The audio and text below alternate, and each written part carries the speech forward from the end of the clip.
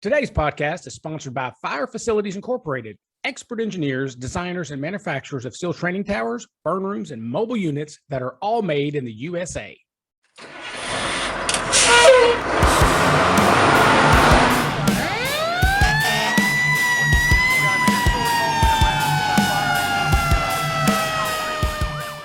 Welcome back to 3-Point Firefighter. Today's guest is Jason Patton. He's a 13-year career firefighter paramedic and creator of the popular video series Fire Department Chronicles, which has amassed 3.1 million followers and over 150 million views. That's pretty impressive.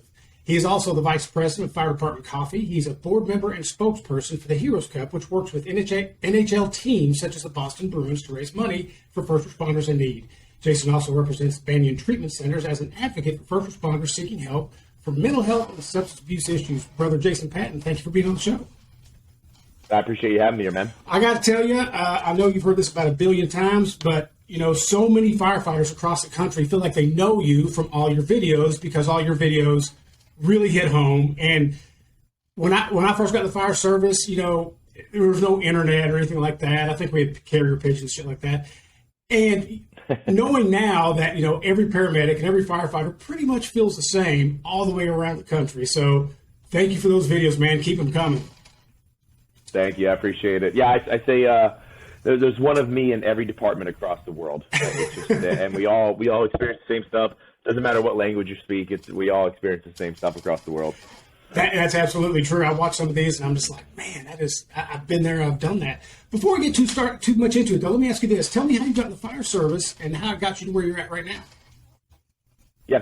So actually, I was a mechanic and I was an atrocious mechanic. I was not good at it at all, but it was what I thought my calling was. And a buddy of mine came up to me. We were all hanging out and he goes, I just finished EMT school. You should try it out, man. I was like, you know what? Screw it. I'll try it out. I was young. I think I was 21 at the time, 22. And I was like, all right, I'll go. I went to EMT school and absolutely fell in love with it. It was amazing. I loved learning about the human body and the way it works and all, and how it can help people, that kind of thing. So did that. Then went to paramedic school, wrapped up paramedic school, and then went over to fire. And once I was in fire school, I realized even more that it was my calling. Oh, wow. So how long you've been in? 13 years, right? So how many years ago did you start with Fire Department Chronicles, and what got you started to make these videos? Yeah, about 6 years ago is where it started, roughly. About 2016 is where I started making the videos, or even 2015, really. But I started making the videos, and again, the same thing that everyone else does. There's especially with TikTok these days, you see it a little more prevalent than it was before. But I was just messing around with the guys, man. We were having a good time. It started off as National Geographic's Fire Department edition. I had a terrible accent, an Australian accent, but people loved it, man. And it was just, it was the things, I called it hunting for, whatever it was, hunting for the battalion chief, hunting for the paramedic. And it's the same stuff that we all see. The original was hunting for the battalion chief. And it was like the bigger their belly is, the more gnarly they are. You got to watch out with their mustache flares. That means they're about to attack. But like the one that people genuinely were like, yeah, okay, this makes sense, was we were hunting for the paramedic, which via their natural mating call, which is bitching. And it was just all about how paramedics just bitch all day long. And I'm a paramedic, so I can say it's true. But yeah, it started off by the way, and it just started creating a life of its own. Oh, that's amazing. That's amazing. And how long does it take you to make some of these videos? I know some of them are, even though they're really, really short, you can tell there's a lot of work that goes into them. My favorite ones are the short films. I think you have 4 of them out there right now. Yeah. So I love everything you do, but I got to tell you, those things are just high quality. And I just recently showed one to my wife, and she was rolling. So how long does it take you to make these? I actually appreciate that you say that, because the very short films, I was joking one day and I said, I want to make a short film, which I actually do one day, 5-minute long or 10-minute long film. But I was like, I don't want to put that kind of time into it right now. So I started making my very short films, which are under 35 seconds, that kind of thing. And I appreciate you saying that, because those actually take the least amount of time out of everything that I do. It's nice. Yeah. That's like probably about 15 minutes of film and 20 minutes of editing, and it's good to go. It depends. The green screen ones, those normally take about 3 days, because it's a day of 30 to 45 minutes of actual filming, a day and a half of research and then 2 days of editing. And then, but like, you know, we just put out for Fire Department Coffee, I directed and edited and wrote the script for our Firefighter versus Flamethrower. And that was amazing. It was really cool. It was super cool to do. Like, we literally took a flamethrower versus a firefighter and saw at what nozzle pressure will it stop something that's releasing 150,000 BTUs. So, like, it was very, very cool. Yeah, it was a cool video. So, Firefighter Fenton actually, I lost my voice the day of filming. So, Firefighter Fenton stepped in, did an amazing job kind of hosting the whole thing. But that was probably a week of creating the script. Then it was a full day of filming, and then it was probably about a week and a half of editing. So for a 3-minute long video. So were you real comfortable with editing and filming videos and all that stuff before this? No, this has been a learning by the seat of my pants kind of thing. Zero clue what I was doing.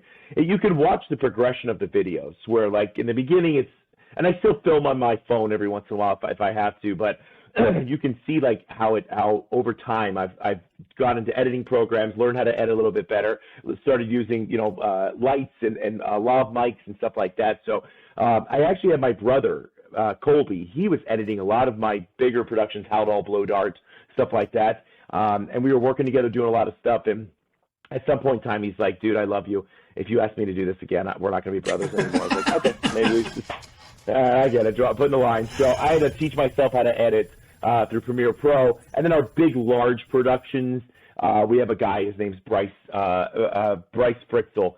He owns Fritzl Media, and he does an amazing job. He does a lot of that stuff. So the more popular it gets, I guess the higher quality stuff and directors and all that stuff, huh? Yeah, well, I direct everything. I'm the one that does. I write all the scripts. I do all the directing and a lot of the producing and stuff. So I do all that. But yeah, the bigger we get, the bigger the productions have to get, the higher the expectations. I mean, my What If Murphy's Law was a real person? That was like, everyone was like, God, look at this production value now. I'm like, yeah, dude, it's great. But now no one wants me to go back. So it's always interesting. So if you're the director and the actor and all that, do you find yourself difficult to work for?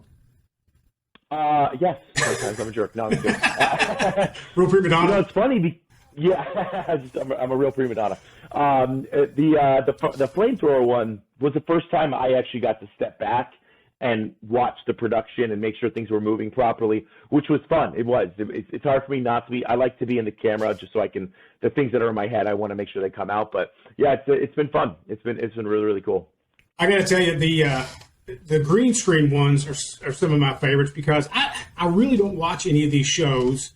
I just don't, you know. I figure I'll just pick it apart. I'm sure, you know, police officers don't watch a lot of cop shows, but what little bits I've seen, I'm like, oh, I just can't stand it. And then I start watching your green screen stuff, and I think you're speaking for all of us when you bust on them for this. Have they at all contacted you about you using their clips, or say, you know, hey man, you want to be a technical consultant? No, not yet. And I always try to. The green screen is not so much to make fun of the actors or the writing, or anything like that. Like I understand it's a TV show. Like, it's supposed to be ridiculous. Like, but it's more to kind of be like an educational piece, but funny for us kind of thing.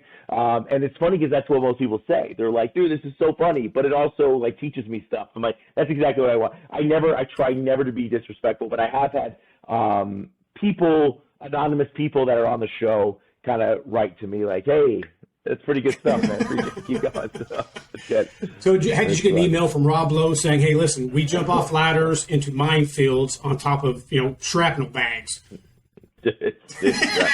I'm telling you, and I got to give Rob Lowe credit. That dude looks incredible. Oh, yeah. I mean, he's like 70 years old and still looks like he's 30. Like, it's unbelievable. Well, I'll be 88 next month. Look at this. Oh, look at you. Good, yeah. A lot of it's vitamin B's, and I do push-ups and stuff. I'm 21, so. I can tell. Your hair hadn't come in here, right? Yeah, exactly. No, I love those shows. And, I watch them all the time, especially if I'm having a bad day at the firehouse. YouTube will pretty much pick me right up, and it seems like I always have a Fire Department Chronicles in there. Thank you. Now, how did Thank you. what about using, like you're always in an ambulance or in a firehouse or by a fire truck, in a fire truck. How do you get permission to use these? Is it your department or other departments? It depends. If it's a Fire Department Chronicles production, then it's most likely I'm in the station and stuff. The original chief that allowed me to start doing this was really cool about it. From the day I started, it's been PG-13. There's no cursing in it. There's no, gross depiction of anything. I keep politics out of all of it. We were just talking about your short film. Yeah. That was good. Yeah, but, that was chocolate, so don't worry.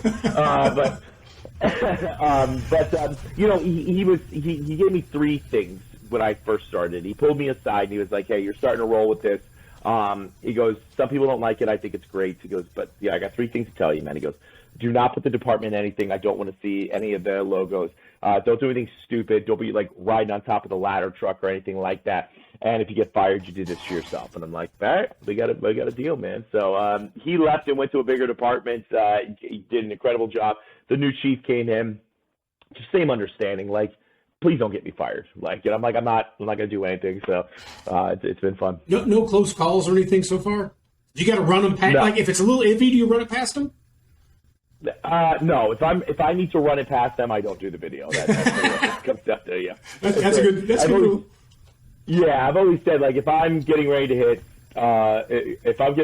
post and I'm thinking, should I post this one? I don't post it. But I mean, like, it's worked out. It's good for some of this stuff is great for the department. We actually just got a production team to come in. They filmed 4 days of us running calls, EMS and fire, for a possible pilot for a TV show. So hopefully that'll bring some stuff into the department as well. Oh, wow, that's exciting. Really cool, yeah. That's exciting. It's going to be a serious side of me that people don't normally want to see, but it'll be fun.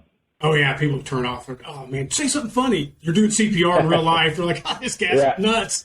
That's what happened on Live Rescue. They're like, why weren't you funny? I'm like, what did you expect me to do? Like, guy's missing his leg, and be like, this guy won't be limping away from this. Like, what the fuck am I supposed to say in his room? Like, come on.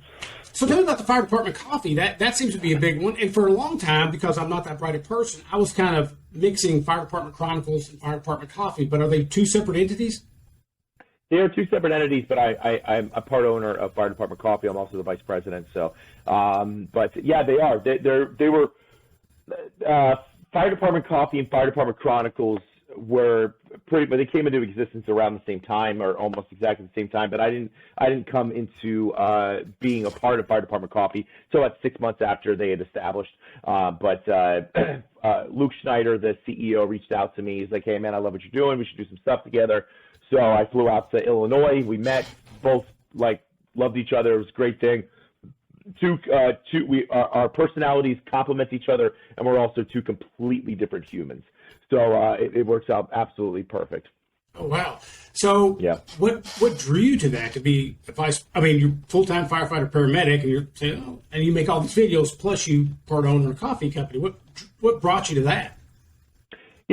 I love the coffee company in general. I thought it was great, man. The coffee was amazing. Funny enough, when he reached out to me, he's like, "Hey, we should do some work together." And I said, "Well, send me the coffee first. I want to try it before I, start signing on saying this is who I am." So he reaches out, or he sends me the coffee. I loved it. The stronger I made it, the better it tasted, kind of thing. So it was when I flew out there and we met, I was like, "This is great." It's just a good, wholesome company that I can appreciate. Our moral values and our moral compass is exactly the same. So, and I also, I love Fire Department Chronicles. It represents who I am and what I like doing as a person, making people laugh. But the product of Fire Department Coffee also represents what I love, like a good, strong cup of coffee, but a company that supports sick and injured first responders, that kind of thing. So it's been amazing. Oh, that's fantastic. Fantastic. So tell me a little bit about your Heroes Cup. Heroes Cup, I'm telling you, the funniest story is, so I put a video out about 5 years ago, and it was me on an exercise bike, just doing this exercise bike, rolling around. And this guy, Mike Matros, he works up in Massachusetts as a firefighter. He sees that guy, and he calls me and says, "Can you come up and host this or MC our hockey events?" And he makes it sound like I'm going to like a Pee Wee hockey tournament that I'm going to be hosting. Like, it's not a big deal. So I was like, all right, yeah, sure, whatever, man. And he goes, I'll fill you in the details when you get here. Okay, cool. So I show up there. I walk in. It's the largest hockey event for military and first responders in the United States. I am emceeing, opening up, like introducing the mayor or the governor of Massachusetts and some of the biggest names in Massachusetts. And when I get there, he just hands me a list. He's like, these are the names and stuff. I'm like, dude, like, it would have been nice to know any of this information. He's like, yeah, I mean, you got it, buddy. And that's just the way he is. He just flies by the seat of his pants, man. He just goes. And I'm like, what the hell, bro? But this event, it's 125 different hockey teams that come together. It raises, between this and the stair climb and a couple other things that they do, millions of dollars for first responders. When you come in there, you raise money for your charity, and then if you win, you get more money towards the charity and stuff. And it's really, really cool stuff. That's neat. I don't know where you find the time to do all this, but I think it's great that you're using your celebrity to help, first responders and further the fire service a little bit. That's great. I appreciate it, man. That's important. We gotta. There's enough of us that are sick and injured and hurting. We should try to do something for each other whenever we can. Absolutely. I've always said that, we're firefighters are the first ones to offer help, but the last ones to ask for help. 100%. All day. So you obviously go around to conferences, fire conferences and stuff. Do you find yourself doing it more for Fire Department Chronicles, or do you actually go and take classes and all that? So yeah, not a lot of times am I taking classes. I wish I could take some classes as I go, but most times if I'm at a conference, it's probably representing Fire Department Coffee. Because thankfully we're lucky enough we can actually go there. We can serve coffee to people and sell some products and stuff. But most of the time, yeah, I'm there for that. But I definitely would like to go to one and take some classes. That would be nice. Yeah, that'd be kind of weird. You sit in a class, you look over and like, is that Jason Patton over there? Dude, I've had on calls. That's been the big one. Like last few calls I've had, someone recognizes me on scene. And I actually I was flying back from Las Vegas and had a lady have a heart attack on the plane, and I'm in the back treating this lady with an ER physician. We're giving her nitro and aspirin and oxygen, and we land, and I'm walking the lady off the plane, and one of the guys that's picking her up is like, dude, it's Fire Department Chronicles. I'm like, let's just go right now. Let's get her out first. So it's fun. Do you think does it put more pressure on you because you're so well known now that, like when you're out in public, you're doing stuff like this, that you have to you got this, I don't know, persona that you have to protect a little bit? It's not, I am who I am.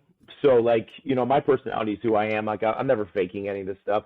But yeah, there's just a small amount of, you got to be careful because, if you do something stupid or you say something stupid, it just takes one sentence and your career is done. Like everything you've worked for is gone. So, I would say just as a firefighter in general, there's always that you better make sure you do the right thing. But especially right now, because someone will see me, like they're going to be like, and it's because that's just Murphy's Law right there. Like if you're doing something dumb, someone's going to be watching. So, yeah. Well, funny you should mention that. So I talked to Dave Mellon, and I'm going to lead you down this path, and hopefully I'll get you.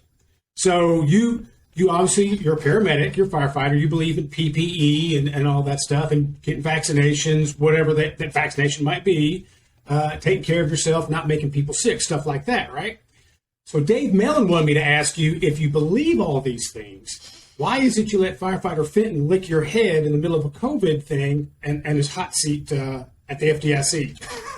Well, I also believe in herd immunity. So we're just starting it off right, man. I don't think there's any data that anything spreads through sweat. I mean, it's almost impossible to catch anything through sweat, so we're good. We're not. Data's not a thing anymore. Facts are optional.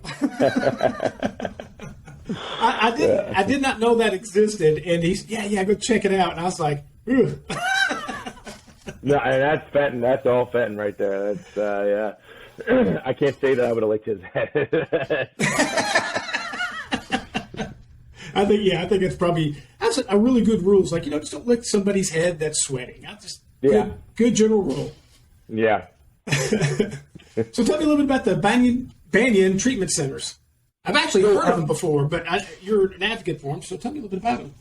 Yeah, so when all this started up, I noticed like people would reach out to me. They're like, "Yo, this really helps my mental health." I'm like, "That's awesome. That's exactly what I'm."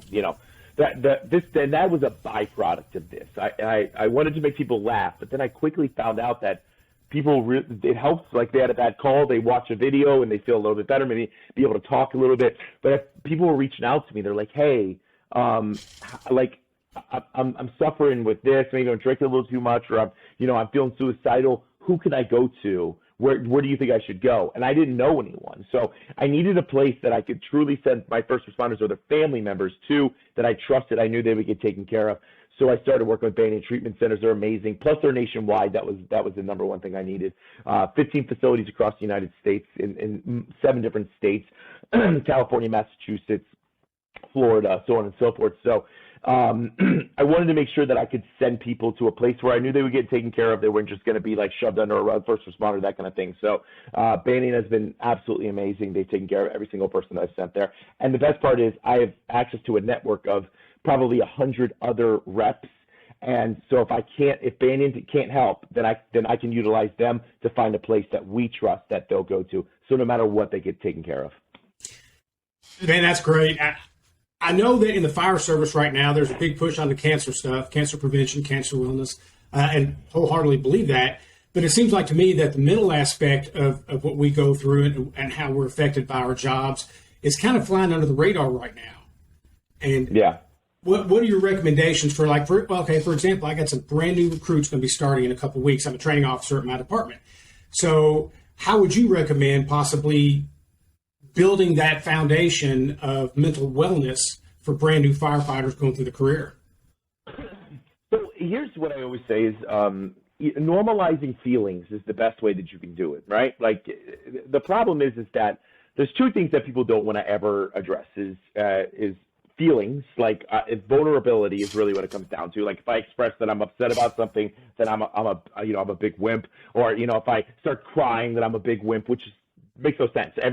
You're okay with expressing anger, but you're not okay with expressing sadness. Like those are both the same thing. They're all normal emotions across the board. But also, the number one thing that makes a good firefighter is adaptation, right? So our ability to adapt to any scene, no matter what's going on. That's something that I try to explain to people, that you understanding that when you walk to the fire service, you've never seen a dead body before, maybe, right? Or you've never seen a dead kid before. So when you see that dead kid, you now need to adapt to that situation. Now you've created some mental health issues or something, so you need to adapt and learn how to deal with that. Because if you just try to shove it in there, your body's going to adapt to it itself, but it's going to be through shrinking your frontal lobe, so on and so forth, to deal with the stress hormones that you're now creating. So I've always equated it to one scenario in my head. If you're walking to a friend's house and you're walking there and everything's great, and all of a sudden you get hit by an ice storm, and you look to your right and you have this cabin that you could go into, right? You go into this cabin, you can get a coat, you can warm up a little bit and then continue on your journey, then it's probably going to be a good journey for you. But if you say, screw that, I'm just going to keep going, you're probably going to get frostbite and you're going to die. Like that's the way that's going to go. And the way to really think about that is walking is you going through your normal career. The ice storm represents everything that you're about to come into, all the shitty calls, the dead people, watching human suffering, all the fun stuff. The cabin represents you going and getting help because you need it. Because in that moment, if you continue going forward towards the house, which is retirement, you're not going to make it there. You're going to die before you get there. So just learning how to actually adapt to each situation appropriately will truly let you get to the end goal. I agree that I know in the fire service, and as long as I've been a firefighter, talking in the firehouse has been very difficult. I think it still is to this day, honestly. And it was years ago, it must have been 19, 20 years ago, made a wreck. And then what I saw bothered me. And I noticed it didn't really look to bother anybody else. So I really wanted to talk in the firehouse after the run. So I kind of dipped my toe in the pool a little bit. And our senior man, I said something to the effect of, wow, that was messed up, blah, blah, blah. And he said, and he walked away. And I remember when he said that, because I kind of looked up to this guy. He'd been in the fire service for a long time. I remember thinking, well, maybe I should just keep this stuff to myself. Maybe nobody really needs to hear this stuff. And so that's what I did. And then, so well, to this day, and I think since talked to people about it, but I remember needing to talk to somebody about that particular run back in the day. And I can't pass that intersection to this day without, that feeling instantly, that exact feeling I had coming back, maybe just for a second or two. But, that's pretty horrible. But why do you think in the fire department we can't really talk about that stuff? I mean, it's a culture thing, obviously. It's, we as humans don't understand that there's middle ground in everything, right? So, I mean, like homeostasis through our bodies and through pools and through life is finding balance between the two. But for some reason, mentally, we can't grasp that concept. So if I'm saving lives, if I'm the toughest guy in the room, then I can't express emotions because that equates to weakness. But that doesn't make any sense. So, the most well-balanced people in the world can express when they're sad and upset and cry and so on and so forth, and can turn that off and, cut someone's head off if they have to survive and in war. Like that's the finding balance is what keeps people whole as a human. Some people can't physically do that because they have a mental health issue or something like that, and that's where all PTSD and stuff come along. But people equate toughness with solidity, and solidity does not equal toughness. Being able to adapt and move and be fluid, that's what creates toughness. So, but people just through years, man, the same thing that everyone has always said, like, oh man, that was messed up, bro. If you can't handle this, man, then you shouldn't be in this job. Like, okay, you're a psychopath. But it's also understanding. It's also understanding what to look for cues. Like a guy says, man, that was messed up. It takes nothing out of you, nothing out of your manhood or whatever, for you to go, why do you say that? And then them say, oh, well, I've never seen a mother crying over their kids because they just died. Like, oh, yeah, dude, that is messed up. Just, dude, I'm telling you, the validating someone's thought processes will stop someone from becoming an alcoholic 10 years later. As small as that is, just going, yes, you are right, that is messed up. Man, that can prevent a lot of stuff because they won't do exactly what you just said. Oh, I guess I just have to hold this shit in. Yeah, it's. I'm trying to, actually my bosses want me to bring some people into my department to kind of get a little more proactive with mental health issues in our fire department. So, but the more I talk to other guys about it, like, anybody they recommend, I don't know anybody like that. I don't need help and all this stuff. And I'm like, I don't know. Now, you're obviously educated about it. Today, what about when you first got in the fire service, the first time you saw dead bodies or whatever it was that triggered you? Did you have that kind of support back then, or did you have to muddle through until you got to where you're at today? Yeah, I mean, I wouldn't say that I had a huge amount of support, but I'd also say that I wasn't the opposite for me. I had a good crew around me, and seeing bodies didn't mess with me. I mean, worst shift I ever had, I had 3 dead people within a 6-hour period. One was a 32-year-old woman who went into sudden cardiac arrest, and then I had a lady who had cancer and died in her bed by herself. But the reason that one messed with me is because I walked in there, this lady's completely naked, and she's laying on her bed and she's dead, and there's literal tumors coming out of her body. She was covered in tumors. And all I could think was, this woman suffered for such a long time by herself. That's really sad. And then I had a lady get cut in half by a car. And it was all that stuff. I was like, holy crap. But when I went back and sat down at the computer to write my report, my captain came to me and he's like, are you okay? You good? You've had a rough day. And I was like, yeah, I'm good. So just that. But that's nice. And then we've had to, my department's been good, but we've had to start to invest in telling guys, if you need help, just ask. And the department did it. When they asked, they gave them their time off and they allowed them to go get help. Any chief that won't invest in that is an idiot. And I'll say that right to their face. Because if you don't invest in your guys, it's fine. You don't have to. Because the state will make you do it when they lose their shit and beat the crap out of a patient or drink themselves to stupidity, and now you have to deal with that. Why didn't you get this guy help? He was saying he needed help. Oh, well, because we don't do that. Okay, well, you're fired. I found out kind of early on. I taught myself a little bit of a lesson. I was making a mistake. Looking at it now as a mistake. Whenever I'd go to, and this was early in my career, probably the first 10 years, that I was giving the people I was on really bad, maybe it's cardiac arrest, car wreck, whatever, the real bad stuff, I would look around and kind of build a life for them in my head. And so, like looking at pictures and just how they lived, basically, and I would give them a life in my head.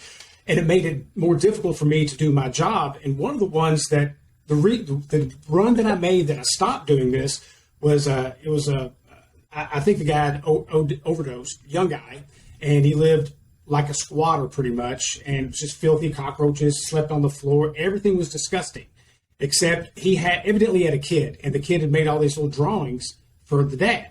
So he put them up around the bed on the floor, but they were perfectly symmetrical. I mean, he took time to measure them from top row to bottom row, from side to side to the corner.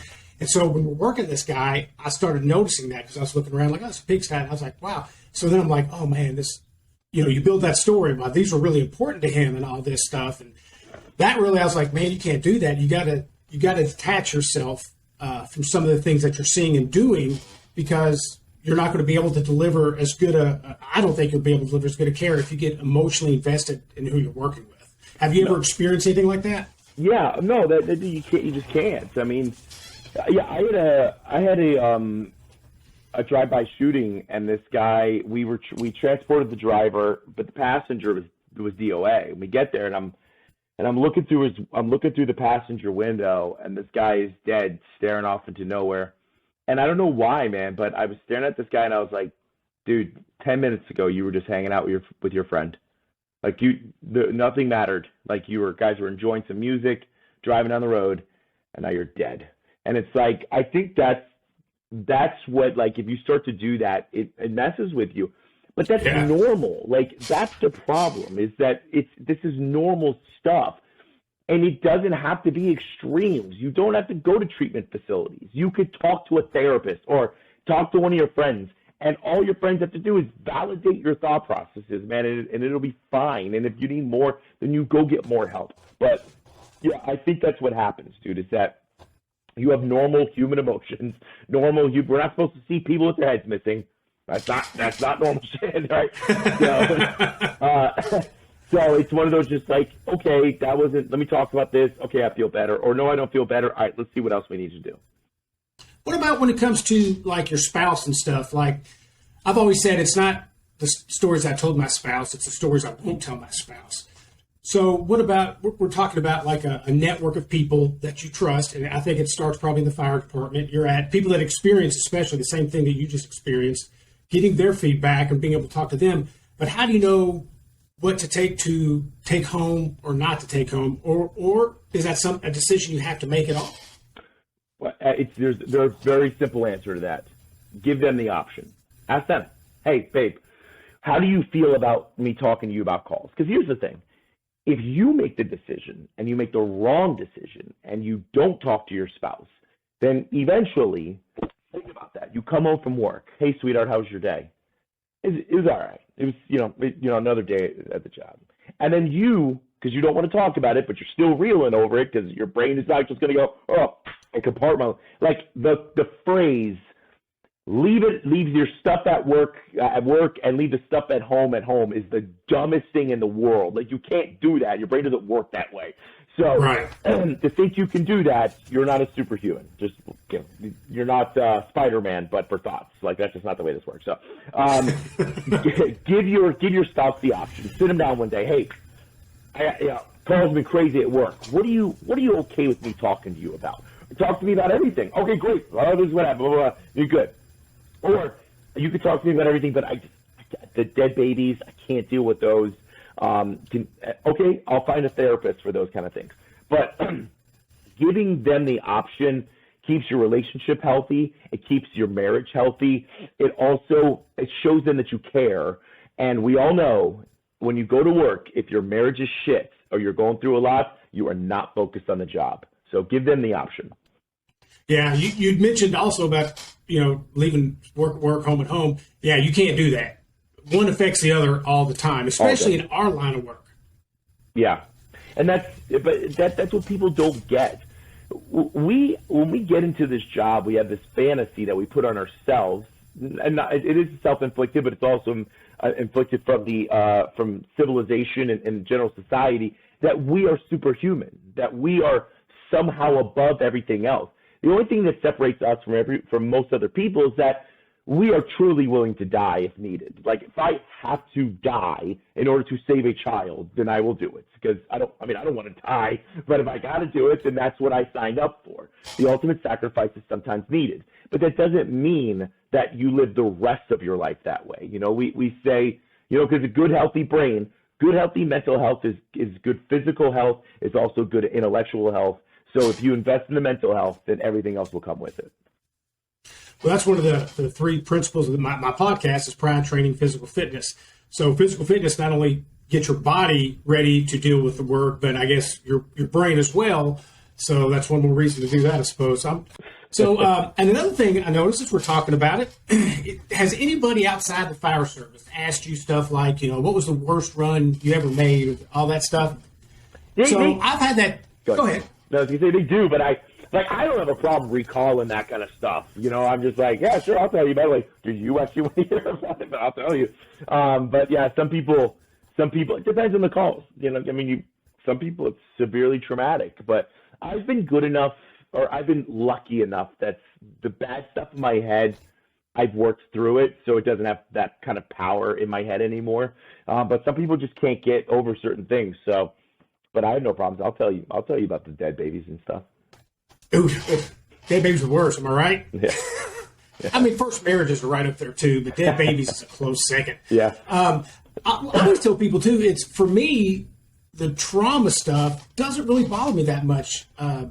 It doesn't seem real to me. If I see a car wreck and people twisted and parts missing, it just doesn't seem real. Mm-hmm. It seems to me easier to work on those people than some of the other ones. So I always tell people, well, it's not going to be what you think. And they're like, oh, no, was it, a burned up body in a fire? No, it's the one that comes to mind doesn't even affect anybody else. It's just a guy woke up dead in his bed, and you know how when people get real old, they make the living room basically a hospital room. So the whole family has all this time to get used to somebody dying. Papa's been sick for years, blah, blah, blah. This one just two old couples, and she woke up to him being dead, and it was just sad. It was one of the worst runs ever made. But if I describe that to somebody, they're like, there's nothing to that. Like, well, I guess you got to be there. Well, because it's not the dead guy. We understand that dead people are dead people. They're dead. Like, they don't care. They're gone. Like, they're wherever you believe they go. It's human suffering that will forever, be the thing that truly messes with your head. Because you can identify with that. This old woman waking up, finding her dead husband. That is hard, because you can imagine waking up and finding your dead wife or your dead husband. We can identify with that, so that's what makes it hard. Hey, Brother Patton, I tell you what, I really appreciate you being on my show today. I've really enjoyed the conversation. It took a turn I didn't plan on, but I really enjoyed it, and I think it's something that we all really need to pay more attention to. Absolutely. So going back to Banyan Treatment Centers, let's just say I'm a firefighter. I'm having trouble, whether it's alcohol or drugs or any mental health issue. What is your advice for me? Where do I need to go? What do I need to do first? So you reach out to me on any of my platforms: Facebook, Instagram, YouTube, whatever it is. If you reach out to me or email me directly, you tell me what's going on, then I'll give you my personal cell phone number. We'll start talking. I'll find out how I can help you the best. And then if you do go to Banyan, what happens is I have my team reach out to you. We go through a little assessment process. And if you come to Florida, which most of my people that I'm helping come to Florida, we get you into an amazing facility. I come visit you personally. I make sure that whatever you're going through, I can help you as best as possible. And we have other team members that help you as well. We can offer pretty much any type of treatment you could possibly think of, and we accept almost every major insurance. And I mean, I'm telling you, I make sure from start to finish that you get exactly what you need, because that's exactly what my brothers and sisters deserve. Brother, that's powerful stuff. Thank you. I did not know that you personally got involved to that level. So, I mean, you talk the talk and walk the walk. We appreciate that. Of course, man. Of course. Hang on one second. I appreciate you being on my show. Thank you very much. Thank you. Today's podcast was sponsored by Fire Facilities, designers and manufacturers of realistic, built-to-last training structures and mobile units for 30 years. Make training count. Visit firefacilities.com for more information.